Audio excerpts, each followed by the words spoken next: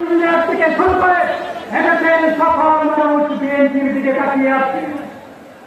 এদেশের মানুষ বিএনপির দিকে তাকিয়ে আছে। তারা এদেশের মানুষকে নতুন করে ভাবতে হবে।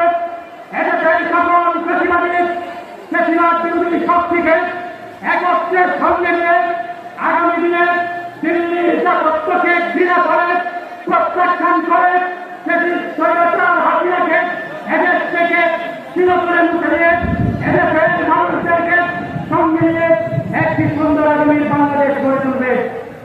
সর্বোপরি আমরা চাই এই যে সুবিরক্ত হয়েছিল বিএনপি দল হেফাজত ইসলামিক আন্দোলন গণ অধিকার পরিষদ এনসিপি সহ এদেশের ছাত্র দলকে সাথে নিয়ে ফ্যাসিস্টের বিরুদ্ধে যেভাবে 24 আন্দোলন হয়েছে আগামী দিনেও এই স্বপ্নের সোনার বাংলাদেশ গড়ানো হচ্ছে।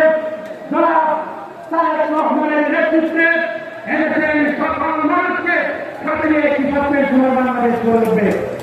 সর্বোপরি এনসিপির পক্ষ থেকে সকলকে শুভেচ্ছা জানিয়ে বৈষম্য বিরোধী ছাত্র আন্দোলনের পক্ষ থেকে সকলকে শুভেচ্ছা জানিয়ে জাতীয় ঐক্য সুদৃঢ়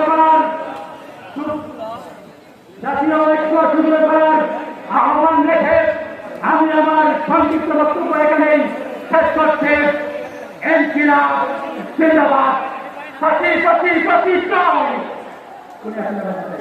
ফাঁসি ফাঁসি ফাঁসি চাই, খুনে হাসিনার ফাঁসি চাই, রক্তে রক্তে রক্তি দে, হাসিনারে ফাঁসি দে। ইনকিলাব জিন্দাবাদ।